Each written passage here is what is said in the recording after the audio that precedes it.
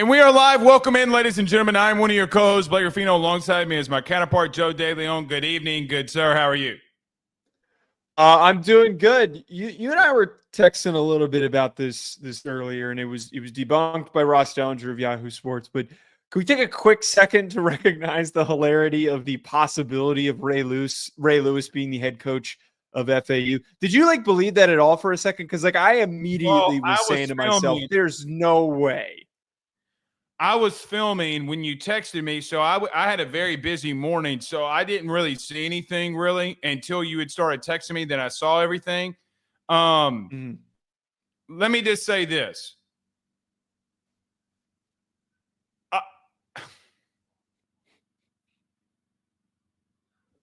When's the last time Schefter has been like this wrong? The Condoleezza Rice thing was what a lot of people brought up. Where he claimed that Condoleezza Rice was the GM or something that they were looking at, or next head coach, like something ridiculous like that, and he was completely off base. He's been wrong before. He's certainly been wrong before. I mean, look, I'm just not in the business when a guy gets one thing wrong on the millions of things that he talks about throughout an entire year. He's allowed to. What I know about sourcing is agents talk to people like us and they give them info. And look, man, it is what it is. He'll wear it. But they went Lane Kiffin and they went Tom Herman. And if they went to Ray Lewis, they'll just be, going after another high profile name. Yeah, I'm curious who they actually go with. And I jokingly tweeted this out, but I think it's a legit thought, though. Teddy Bridgewater. Teddy Bridgewater has been a fantastic coach, a high school coach in that Miami area, and they are Teddy Two Gloves. I think that they should consider it if that's the route that they're maybe even thinking about going. But we need to be real here for a quick second. The Deion Sanders route is a rare one that works, and at the very least, if you're going to hire a Deion Sanders type coach, at least hire a former NFL player that has coaching experience before you make that decision. In all fairness, I'm going to disagree with this.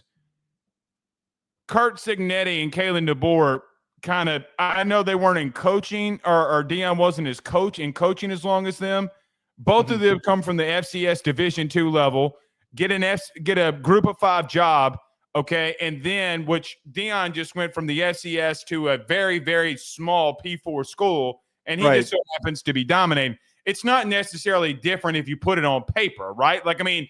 He started out at FCS, moved up, and here he is. Now they did it because he's Deion, but he is 7-2 right now. Joe, I got to bring this up. Sam Kim says, "Damn, does Ruffino and Joe know that engaging with YouTube chat could help their channel?" I literally, after each live show, throw in about 200 comments. I go and engage with everybody. People and Colorado fans are calling for my head right now. So yes, I do. I just don't. I'm not able to get to them in a live show. And Elks, we're sorry. What was your question, Elks, that you sent on Sunday? We had a million comments that were non-super chats, so we accidentally missed that. We realized afterwards that we weren't able to get to it. So if you want to drop it, we'll answer it. Just noticed that after your Midwest accent's getting too rough. I'm not from the Midwest. There's nothing Midwest about me. I've never lived in the Midwest. I've been in the Midwest for an extended period of time. Sound like you're from Rhode Island and you need some hot sauce with your chili. That's also not a Rhode Island accent. That was like a Minnesota accent that you were just doing. He said, "Is Josh Heupel the Tennessee version of Mark Richt?" I don't think that's fair because Tennessee can't. He's brought Tennessee back. If they make a playoff, it's a little bit different, man. Tennessee had been bad for a long time. I could make the argument that Ohio State is just a little bit better version under Ryan Day of Penn State. Well, and the thing I would bring up here with Heupel, he hasn't been there as long as it feels like he has. He's been there for an extended period of time, but in the grand for him, right, in the grand scheme of things, for him really growing and developing that program from what they were dealing with. This was pre-NIL with the whole scandal and the investigation from the NCAA for them paying players, and then also them for a very long extended period of time just being not very consistently competitive. it takes it quite a bit before you really can get to that top level. The big noticeable thing here that we've done a million segments on is that we've talked about how his recruiting is at a top 5 level. So if you continue to bring these classes in with the results on the field of finishing the year with 2 losses, maybe they get in the playoff, maybe they're the first team out of the playoff, that is going to pay dividends in 2-3 years. I think that Nico in his 3rd year as a starter is going to be when they can be a legitimate national championship threat. This season was a little bit too soon for me to get on the complete bandwagon that was created by a lot of people in the media.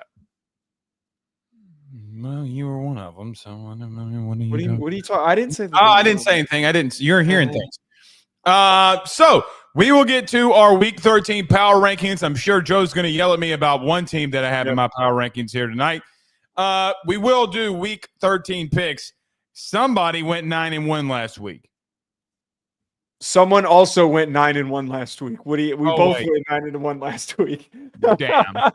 All right. Well, nevertheless, we continue on our roll here. You better stay for picks, man. We're making you money. That's all that we continue to do here.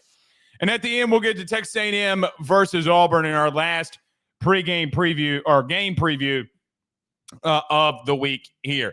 Everybody do us a favor by hitting the like and share to all those groups. If you are on Facebook, all the social media pages, you're watching us, listening to us on YouTube, like, subscribe, notification bell, wherever you listen to podcasts, rate, review, and subscribe. Joe, let's talk about our good friends over at betonline.ag. When we come back, we talk about our Week 13 power rankings. Stay with us. BetOnline is the fastest and easiest way for you to wager on all of your favorite sports, contests, events, with the first-to-market odds and lines. Find reviews for all the news for each league, including Major League Baseball, NFL, NBA, NHL, combat sports, college sports, esports, and even golf. BetOnline continues to be the top online resource for all of your sports information for live in-game betting, props, and futures. Head on over to BetOnline today and use your mobile device to join and make your first sports bet. Use our promo code BELIEVE50, that's BELIEVE50, BLEAV 50, to receive your 50% off welcome bonus on your first deposit. That's betonline.ag, betonline.ag. We're back. All right. Let's get rolling here. Joe, so Week 13 is now the weekend college football. Each week on Wednesdays, we do our power rankings from Week 0 to Week 13 here. Some teams have not moved much. Some teams have moved massively here. But what are your top 10 teams in your power rankings this week? Number 1, still got Oregon there at the top. Number 2, we've got a mover. We've got a mover. Look, there's been a lot of buzz for this team, and I want to unpack this first, and I'm not going to do it right this second, but there's been a lot of buzz for Ole Miss, and I have to acknowledge the injury that was announced yesterday for Seth McLaughlin and an already banged-up Ohio State offensive line, so I'm putting that out there. Sorry, Elks. Number 2 is Ole Miss. Number 3 is Ohio State. Number 4, Georgia. Number 5, Alabama. 6, Texas. 7, Penn State. 8, Miami. 9, Notre Dame. 10, Tennessee. I'm going to say this. I just to renew everybody before I get to mine here, I don't get to see your power rankings before we come on here. Yep. It's a live reaction. I'm so damn proud of you. I'm so proud of you. Well, putting a 2-loss team ahead of Ohio State. I'm so proud of you. Well, okay, but there's good reason. We'll talk about it in a second. Read yours off, and then we'll dive into it. And even though I'm proud of you, I didn't even do it. Number 1, Oregon. Number 2, Ohio State for me. Number 3, Ole Miss. Number 4, Alabama. Number 5, Georgia. Number 6, Texas. Number 7, Penn State. Number 8, Miami. Number 9, Tennessee. And number 10, South Carolina. I'm going to let you decide where you want to go here. Is it because let's go Ole Miss name, or do you want to go Ole Miss being my number 3, but your number 2? The way that I have explained this in the past is that when we do these power rankings, it's based on who we think would win in a neutral site matchup, say in the playoff. That's the whole scope of this conversation. I think knowing now that Seth McLaughlin is down for the rest of the season with the torn Achilles, it's brutal news. I broke down his film as a prospect, and he was already my highest rated center, and I think could end up being my top center in the 2025 NFL draft. So losing the anchor of your offensive line, after already losing your left tackle, is going to be very, very concerning and problematic going forward for this Ohio State offensive line. I'm quite worried about how they're going to play, maybe not against Indiana, but in the playoff and in the Big Ten championship game when they have to square up with Oregon's strong defensive line. And more specifically, as we're painting this picture of if Ole Miss and Ohio State faced off, I don't think that I can honestly trust them to handle Ole Miss's front seven. Ole Miss's front seven has been dominant. We saw what they did against Georgia. So my concern for the injuries comes out here in the way that I'm ranking Ole Miss where I put them.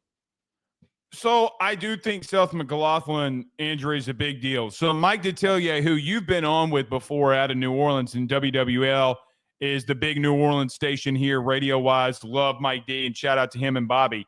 But when Seth McLaughlin went down, I thought about the stat that he always brings up. Joe, do you know that teams are likely to lose 65% to 70% of the time when a starting center goes down in the season? So it's interesting because it's Ohio State, not even against Indiana, but long-term, how much does this affect them? The problem that I have with this is twofold. Number one, I feel like power rankings also has a large part of it in being injuries do play a part in this. Don't get me wrong.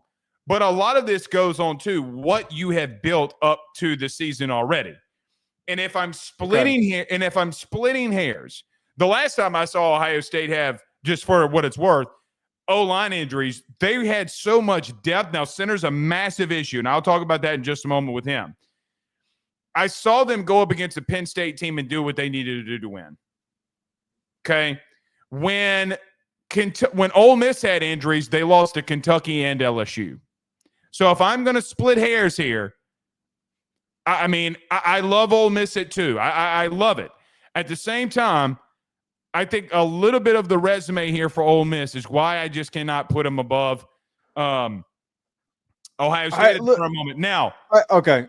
Well, just to push back on that slightly, I understand what you're saying, but this was before they lost their starting center. And this is one of the talking points. Well, I was going to get there next. Okay, so I'm just throwing this in there. This is also a talking point that not only we had on this show, but other national shows that I've listened to have talked about, that Ohio State doesn't have the depth that you would hope for a program of this caliber, because not many teams have that quality of depth, if we're being honest. Well, that's what I was getting to, is that in the modern era of the transfer portal, it is impossible to be able to deal with 2 offensive line injuries and to not see a step backward. This might be completely debunked this week. We might see that offensive line be high flying and play really well against Indiana and not miss a bump. And I might change my mind and move them back up to 2. But at the current moment, reacting to the news, I think that is significant for what you just brought up. It is a very critical, and you being a former college center, you know that the importance of having your center who is experienced. So let me talk about this for a minute, because I talked about something on Monday. I'm not as massively confident anymore in what I talked about Monday, Ohio State versus Indiana. And I want to get it out there. All right, let's talk about the center position for just a moment. Okay. So there's a massive issue here, okay? The number one issue is snaps. Okay, do you have somebody that can simply snap the football? How much of the cadence has a backup center done with the first-team quarterback? A second-team quarterback's cadence is different, and your rhythm is different. How you sit back on your heels is different. These are all such good points that the average football fan doesn't even think about. These are all very good points. Sorry. Continue. Okay, thank you. Well, it's like I played the position for 3.5 years. So when I look at this, I'm interested to see how that plays out early. It's just, again, I'm not going to fight over semantics with you. You're right. I agree with you. If they faced off with one another, and especially with the center going down, I would honestly probably take Ole Miss here because of their D-line. The problem is what Ole Miss is going to show up eventually. Is it the one that's trending, or is it the one that's going to revert back to the beginning of the season? Now, Trey Harris is coming back. How does I know this is going to sound stupid. How explosive is their offense? Because when he's been out is when the explosion started, right? Like when they weren't trying to force him to football, they exploded offensively, and I'm like, what the hell? Right, they were a little more steady. It felt like, and Jackson Dart didn't feel like he had to go to him every drive and every play, and it benefited him. So I'm with you. I don't hate it here. All right. I know you probably want to get to Notre Dame and my South Carolina take here, so let's go ahead and rip the Band-Aid off. Just for reference, if you're just joining us, I had South Carolina at 10. Joe had Notre Dame at 9, which is going to be the difference here in the power ranking. Okay, can we please, as we have this conversation, and this also goes to listeners in the comments, not bring up – we're not talking about resume. We're not talking about what teams have done. I'm talking about what these two teams would do if they faced off with one another and if they played one another.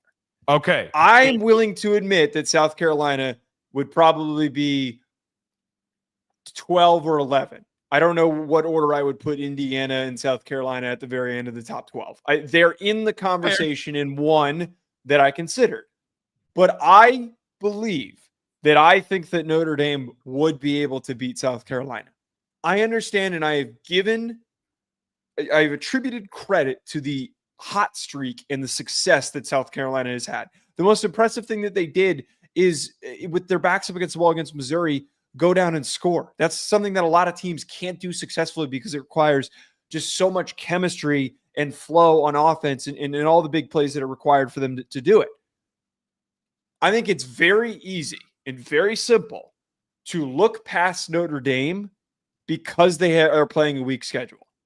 They still have a very consistently dominant defensive line that I think would have success against South Carolina's offensive line, which I continue to bring up because it's important to discuss. And I also believe that Riley Leonard has improved on a week-to-week basis. We won't know for certain how good Riley Leonard could be in a matchup like this until he plays in one. And that's why I think that this is a complicated conversation to have, and it is not a simple yes or no. I'm not declaring this as a bona fide Notre Dame wins, guaranteed, South Carolina can't win. Just trying to bring up here that there's a lot of moving pieces. All right. So you actually hit on 2 points. You just went the opposite direction. I think Lenora Sellers has been doing this the last 6 weeks. Don't disagree. Don't disagree. So here's the problem that I have. Lenora Sellers is doing that against better competition that Riley Leonard is playing. It looks better when he does it. Okay. So that's number one. Okay. I don't disagree with you that Notre Dame would probably eat up, the South Carolina offensive line. The problem is that, look, man, I've seen him do it against freak of natures at A&M too. Like I've seen him have pressure in his face, escape, throw the football when he needs to, run the ball when he needs to. And to be honest with you, Joe, they have one of the most underrated backfields in the country. Raheem Sanders and Lenora Sellers right now, Joe, it's pound football, man. And So the only, I don't disagree that they're not a super dynamic duo, but let me finish. But all right, finish. Sorry. Okay, I'm not saying that against Notre Dame. That's just who they've been. Okay, we can't ignore of who they've been. Joe, in the first part of SEC play, in their first 3 games in SEC play, South Carolina gave up 22 sacks. Yes. And the last 3, they've given up 5. So, again, I see a team all around them offensively getting better. And when defensively they had an off night, Lenore Sellers was the one that picked them up and beat them. Joe, let me ask you this question. Outside of A&M, if you looked at South Carolina, there is a common opponent that both of these teams share, by the way. Both of them. And it is A&M. Even if I took that out for what it's worth, A&M has played and won against tougher competition too. So, again, there's got to be a part of, and I keep saying this, what have you done throughout the season? Now, Joe, there is a common opponent here too. It's A&M. Okay, but wait. Notre Dame. Before you do this, we have to understand the difference of those matchups. Okay, Completely South agree. Carolina gets A&M at home. Notre Dame gets to go on the road to play Texas A&M. And as much as you want to bring up, it's Mike Elko's first game, which is true. It also is the first start ever for Riley Leonard in that offense with a new offensive coordinator. So I think that we need to bring up here that they had 8 players on A&M's defense that were brand new too, and you scored 23.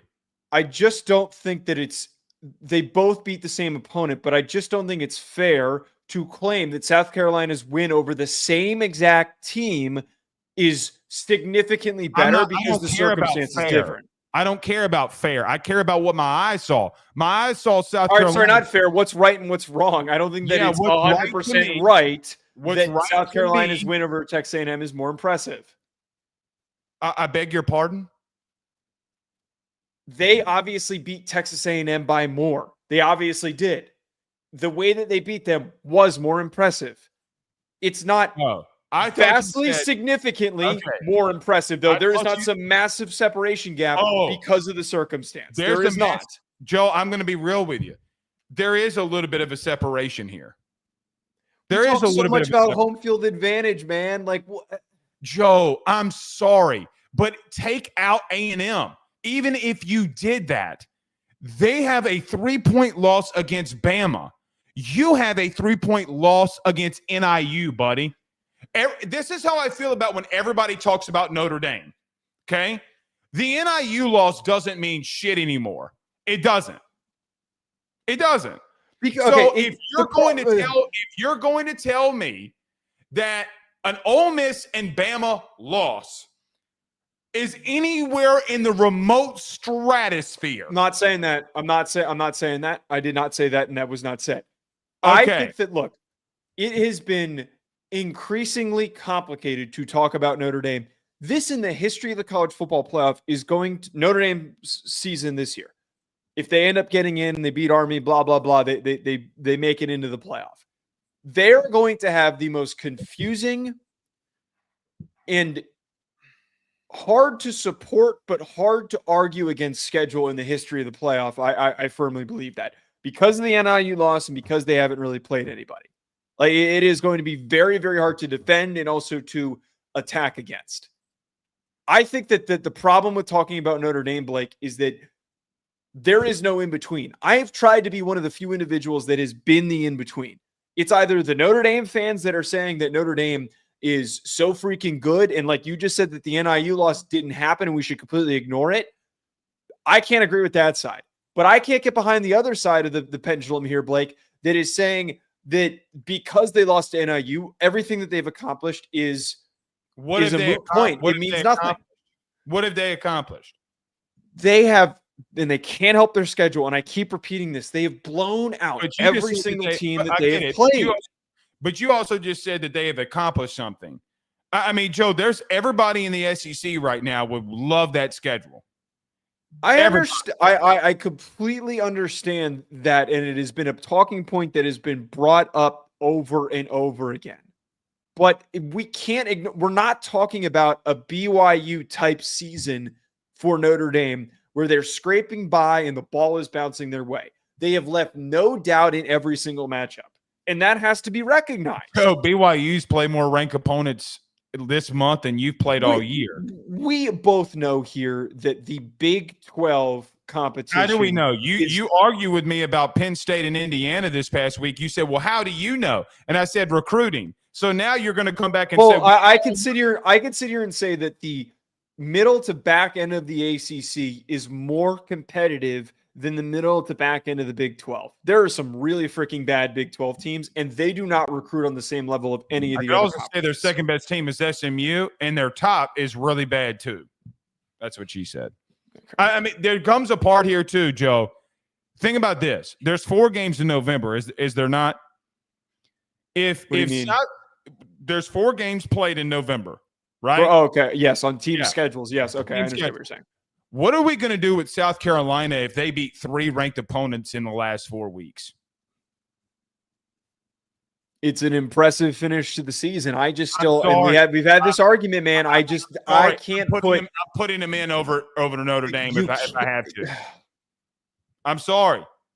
I know we're not talking about the playoffs, so I don't want to go down that rabbit hole. I would. Who are the best 10 teams? I think they're a better team. All right. We talk a lot about Oregon and Ohio State here. Joe, here's something that's interesting. Miami is at number 8 for you. They're also number 8 for me. We get a lot of Miami hate in here because apparently people don't like me. And, well, coordinators' families allegedly are messaging us, threatening us, and calling us really bad names. You, not me. They like me. So I'll say this. Miami is one of those teams that's probably going to win a conference here, the third power conference, and we both have them at 8. Joe, is there anything that they can do the rest of the season to get back in that top 5 status for you? They're not going to have an opportunity the rest of the season. It's all going to come down to how they play in the ACC championship game. I'm still super high on Miami. Just because I have them at 8 is not a reflection on how I think that they are and how competitive they would be.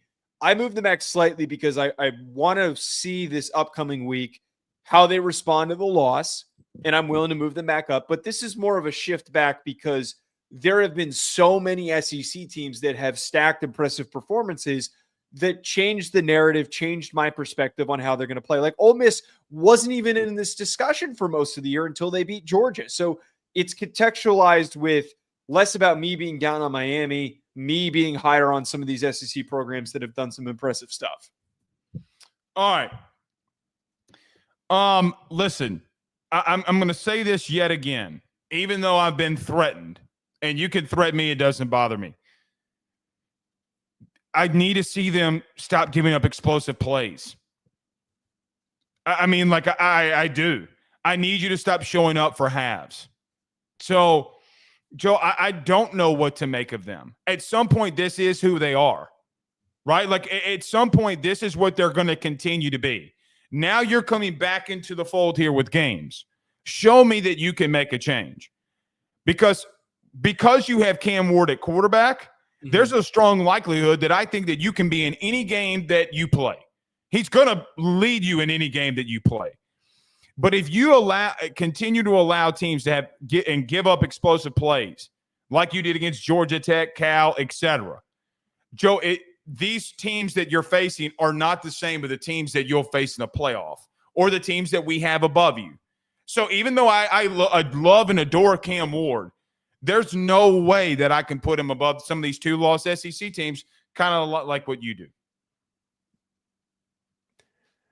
Yeah, and the thing that gets tough here is that, and it's kind of like the conversation that we have about Notre Dame, about Indiana, about some of these Big Ten teams. It is hard to make the case when there's not enough evidence of performance. I'm willing to put a team like that in the top 10. If they were still undefeated, I think they'd be a lot higher for me. But the loss to Georgia Tech has just kind of changed the perspective. Wait, you want to wait to get to the super chats before we get to the last? Let's get to. I wanted to talk about Tennessee and then get to the super chats. Okay, that's fine. That's fine. Tennessee, Joe, at 10 here for you. I have them at 9. I think a lot of people, when we discussed this yesterday, are quick to move on from Tennessee after the loss that they suffered to Georgia. Yep. Multi-score loss, which is disappointing. And we talked about on Sunday how their inconsistencies on offense are too frustrating to support them as a legitimate national champion threat. That does not mean that they are not a top 10 team. They have one of the best defenses in the country. And when they have played balanced football on both sides and they've ran the ball well and Nico has played his best football, they are 100% at least a top 8 team. So putting them in the top 10 at 10 for either of us, wherever we had them, is justified. They deserve to get to the playoff with 2 losses. For some reason, you hear some people, Texas fans in particular, it hasn't been pushed a lot, but I've seen some people on Twitter arguing that Arkansas is an impressive win, and then suddenly it's a bad loss for Tennessee when we're having that same conversation. So we need to pick a lane here. I think it's a tough opponent. It's a middle-of-the-pack team in the SEC. They lost to them the way that they did on the road is not particularly unimpressive that a lot of people want to paint it to be. last week when they lost, Joe, let's call it what it is. For a half, they were rolling. For the first half, they came out rolling. Nico was doing well. They weren't dropping the ball. It's just that they got blanked in the second half because, I mean, look, man, when you have 4 drops and a half, that's going to kill any offense. Joe, to be real with you, we're not talking about Nico lately, but Nico, from a decision-making standpoint, I feel like has gotten slowly but steady better every single week.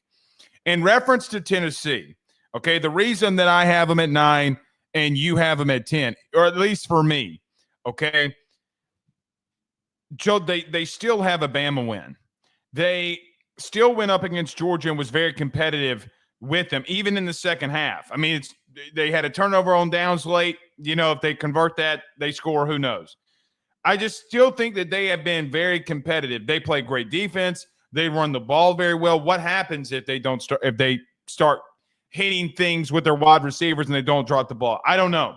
Tennessee's a tough program and a tough team that can get after the quarterback. But when I look at Tennessee, Joe, I still think I vastly feel like you're missing a pretty big piece in the passing game. Yeah, and I think that you could be a very complete team if you were better there. Joe, I'm going to be real with you. Of all the teams in here, maybe outside of South Carolina, I could see a path for everybody to the playoff that we have or to a national championship here on our power rankings. I don't see Tennessee as being one, though.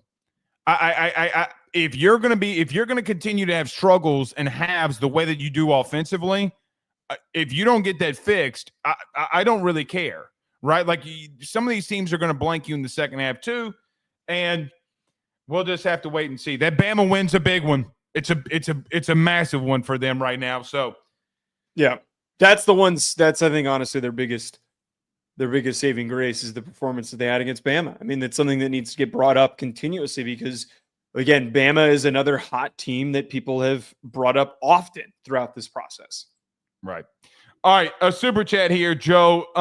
This one from JP. He says, Blake, your power rankings look like an SEC invitational. Well, I have the same amount of SEC. Actually, no, you have one more SEC team than I do. I think that 6 is too many to have in there.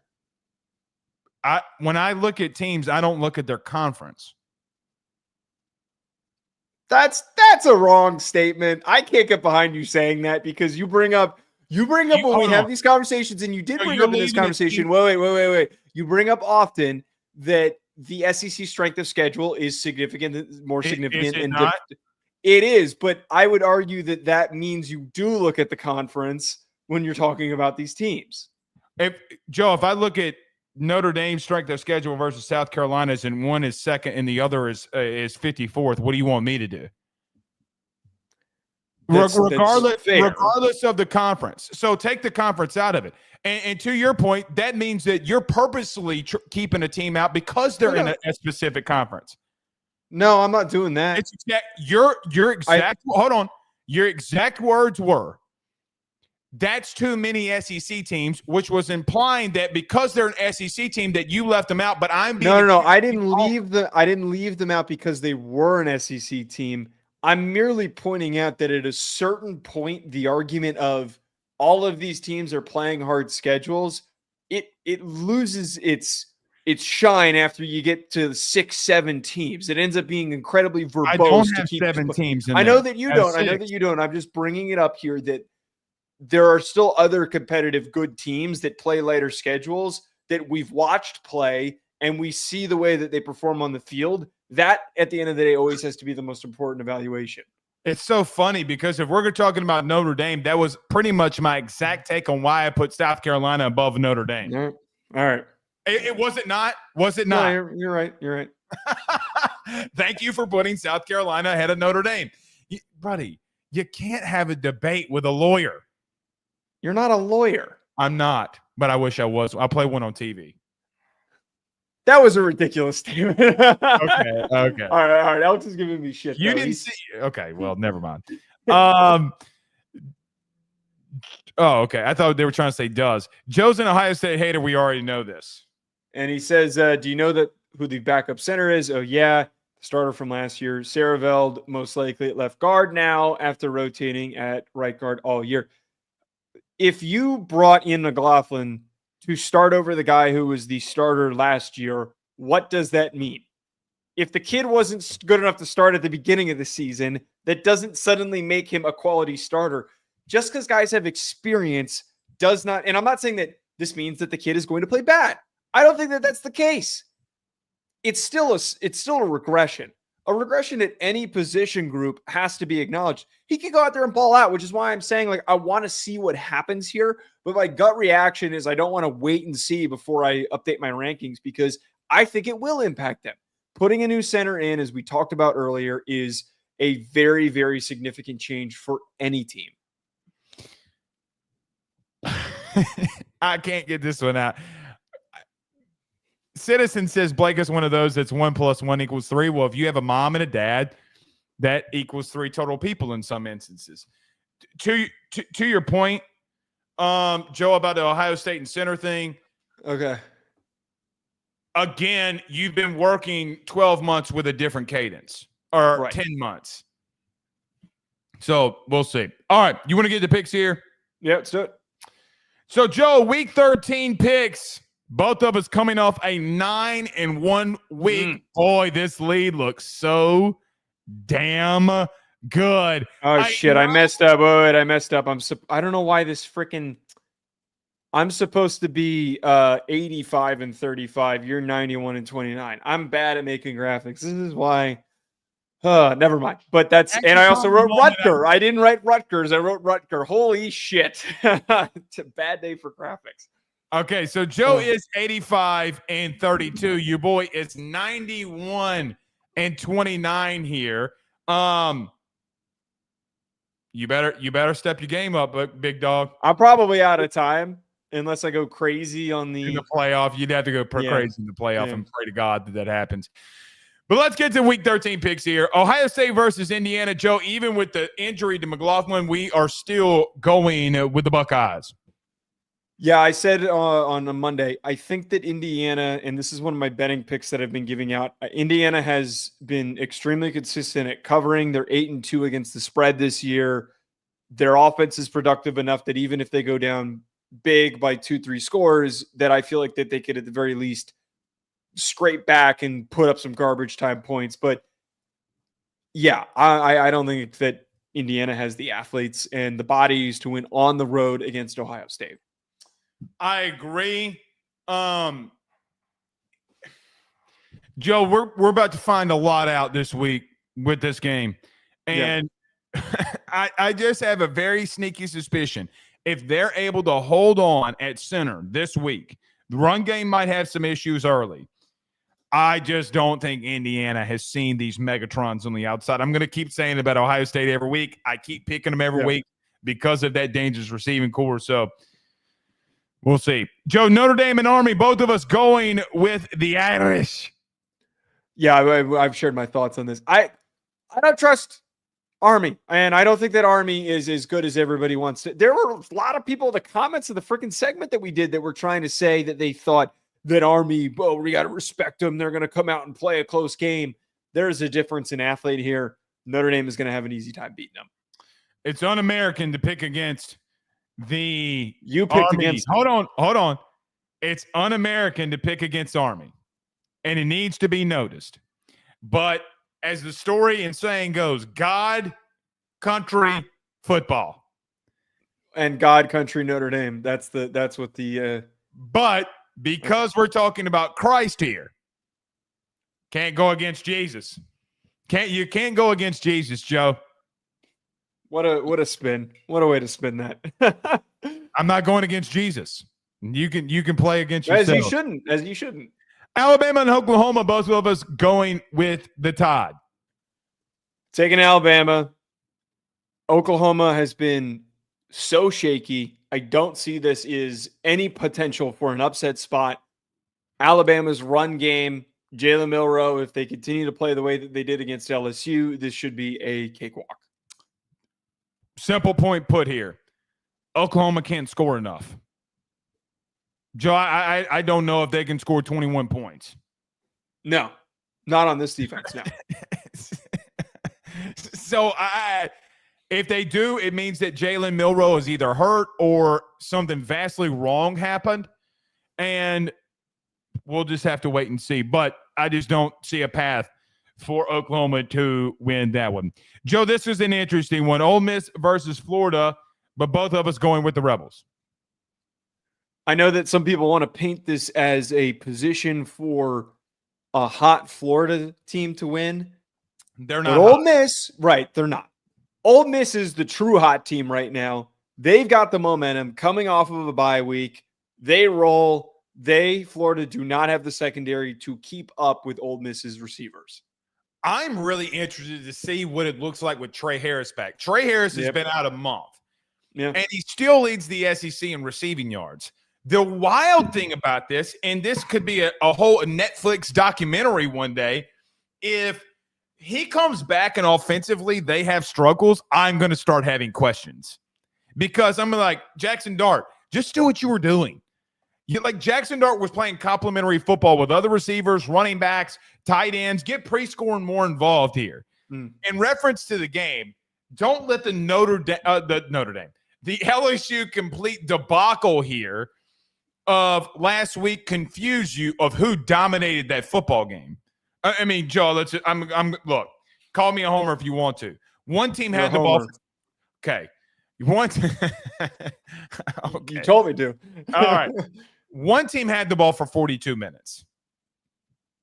They just PP down their leg. We see Florida get a win, and we're like, oh, shit. No, LSU just pissed down their leg. It's not going to happen with Ole Miss this week. Joe, Penn State and Minnesota. Neither one of us going with the Gophers. Both of us are rolling with the Lions of Nittany. I'm not going to ignore the fact that you almost said Penis State. Penn State is the more steady team, the run game. You just couldn't let me. You almost said penis. I had to bring that up. That was too funny. For the amount of times you say that's what she said to every word that I say on this show, fair. I think I earned one. All right. Minnesota has some athletes, like I brought up in the preview, to pay attention to. But we know that Penn State, who they are, how steady they've been against the middle to the back end of the Big Ten, that this is a typical matchup that James Franklin is going to roll in.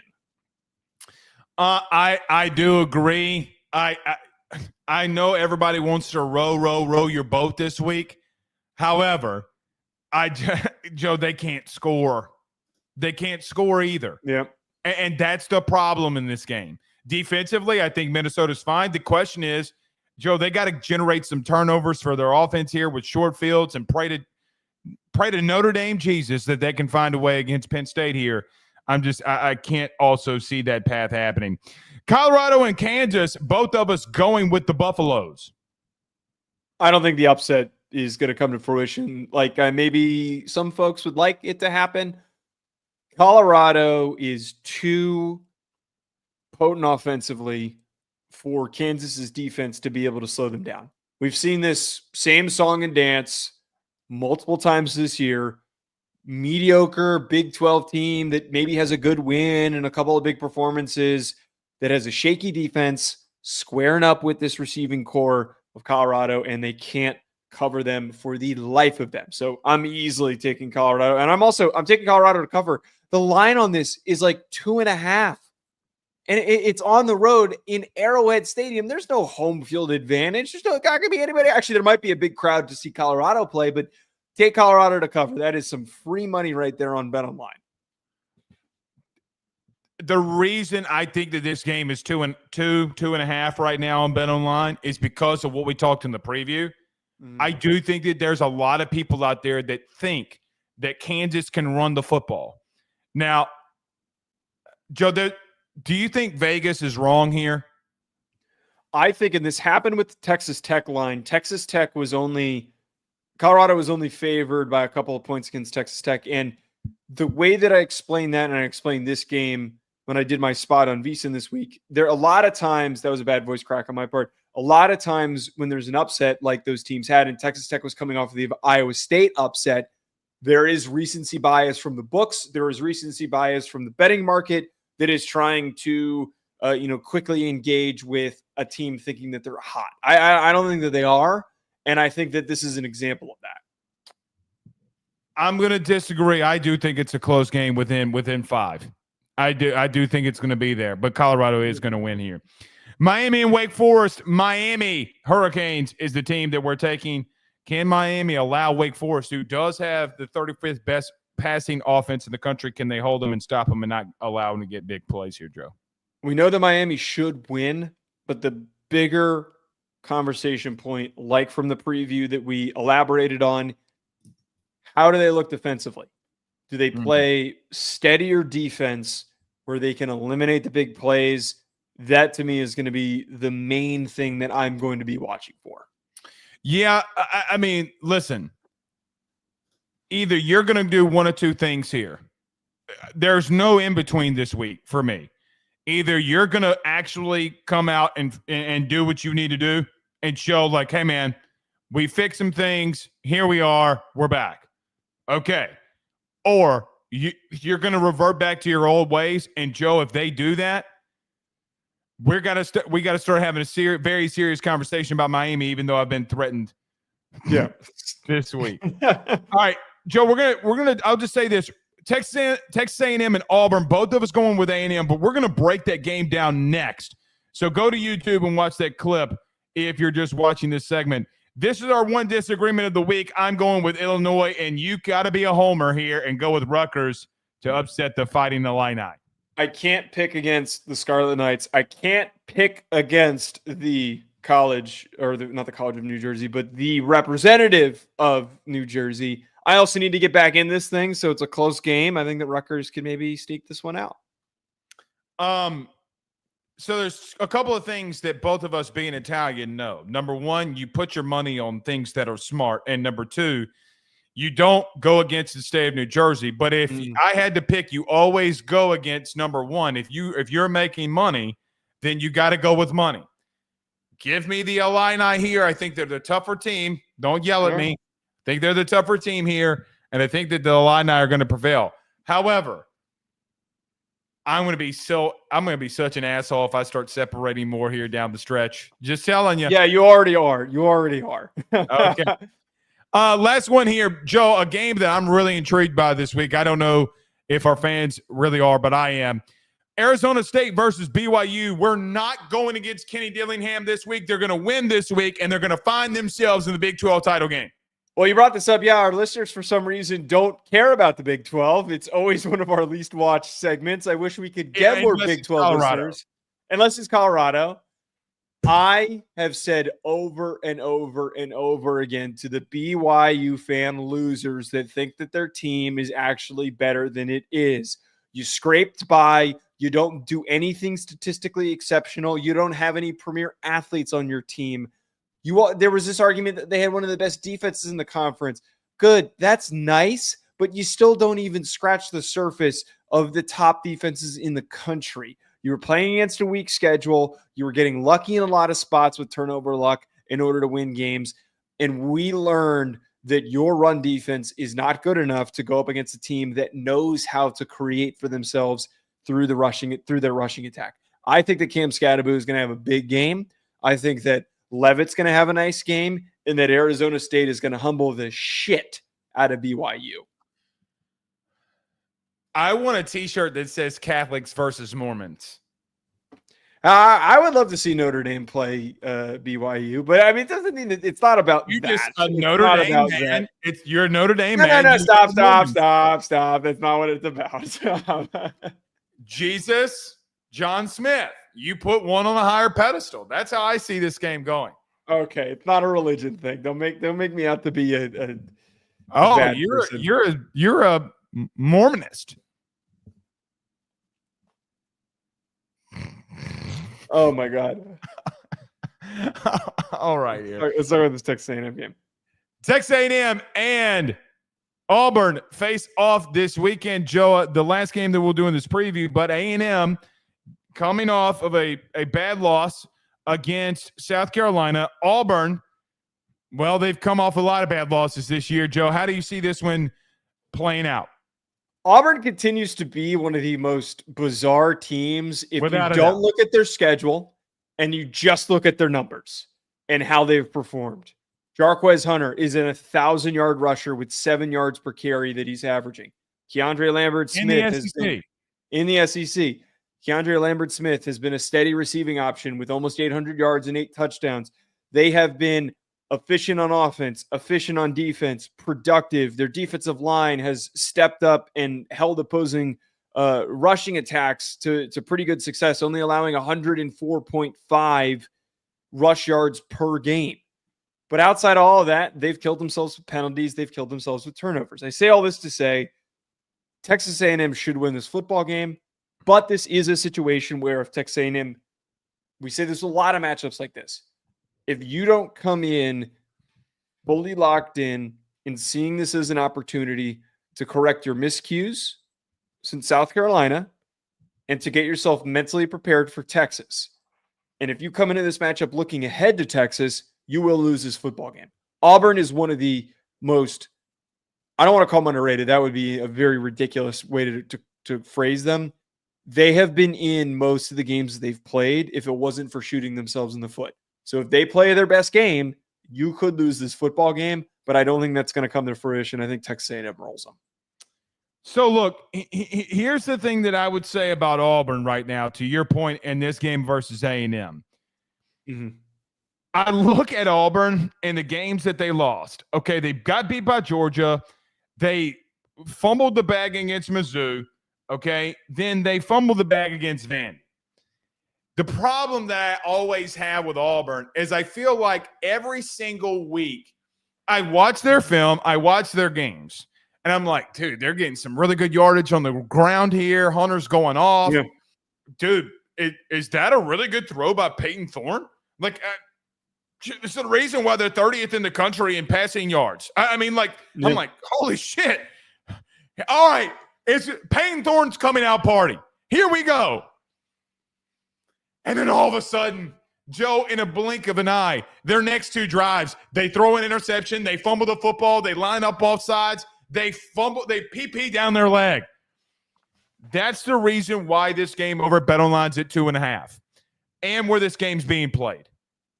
Now, I tell you this every year, and I think that this is the one. Joe, this game's being played in Auburn, Alabama, and I never ever care where Auburn is as a program. There's always one game per year that out of nowhere, out of the slumbers. This is actually a good point. Of the ashes, that Auburn at night, the blue and orange pom-poms are waving around. And all I keep thinking is, oh my God, Auburn's going to upset a top 15 team. It changes this year because they're not going to be able to stop turning the ball over, and Auburn's going to lose. I don't trust them. I don't trust this coaching staff. I don't trust this quarterback. Joe, you better run the ball 45 times to win this one. And I don't know if you can this week over what's probably going to be a really pissed off Texas A&M team who's trying to get back from nationally getting embarrassed by South Carolina. Now, they rolled last week. They played New Mexico State. They beat them 38-3. It was a nothing burger. Yeah. But I felt the pissed offness last week for A&M. What I do think here is I do think Auburn's going to keep this one close. I do think that they're going to find a way to keep the turnovers down. But, man, I just can't trust what this Hugh Freeze-built Auburn team is right now. I know that it happens every year with Auburn. They're going to upset somebody or keep it close. Oh, man, this is just not the Auburn I know, Joe. It isn't. It legitimately isn't. So for that being said, I'm gonna roll with A&M to win here. I'm gonna pick them to cover because it's only a 2.5 point spread. Joe, I'm really interested to see how Marcel Reed continues to blossom and grow here. He's got 9 interceptions to 2 turnovers. Joe, his running ability is starting to become a little bit better since the second half of South Carolina. I just can't pick against this really physical football team in A&M. Yeah, I can't pick against them either. And you brought up how Auburn, when they've been weak, that they have still shown every year. Life. Like they've still shown like a little bit of life that they were showing life under Harsin. But here's the thing is that this year they don't have that same level of scrappiness. They don't feel like they're that same level of scrappy that they were able to. They are in the running game, which is so wild though. Hunter has 7 yards of carry. I know that's the weirdest part is that like we see all this success with the way that they're running the football. Hot take. Yeah, I got to be real if they with could you. just throw the ball a little bit better, man. They would be so much better than they are right now. Joe, let's look at Auburn for just a quick second. Stay with me before we get out of here. I'm sorry that we're staying a little bit long, but let's look at Auburn. I look at Georgia, this Georgia game, okay, that they had. And I'm like, bro, they're busting Georgia up inside. It's just that Peyton Thorne, again, I mean, didn't Hunter have in the first half? I'm pretty sure because I watched that full game. In the first half, he was averaging like 7 yards a carry too there. It was the second half that things got twisted because Peyton Thorne was, being Peyton Thorne. It's why he's got 7.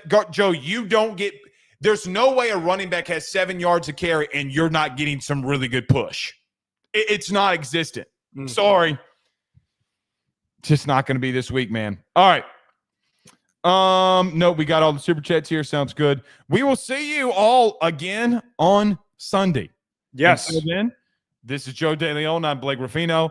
Joe, this weekend, before I see the people again, I'm going to have me some venison, real game venison this week. Yeah, you got to give us an update. Oh, baby, it's going to be really good. Until then, we'll see y'all soon. Y'all have a good night. Peace.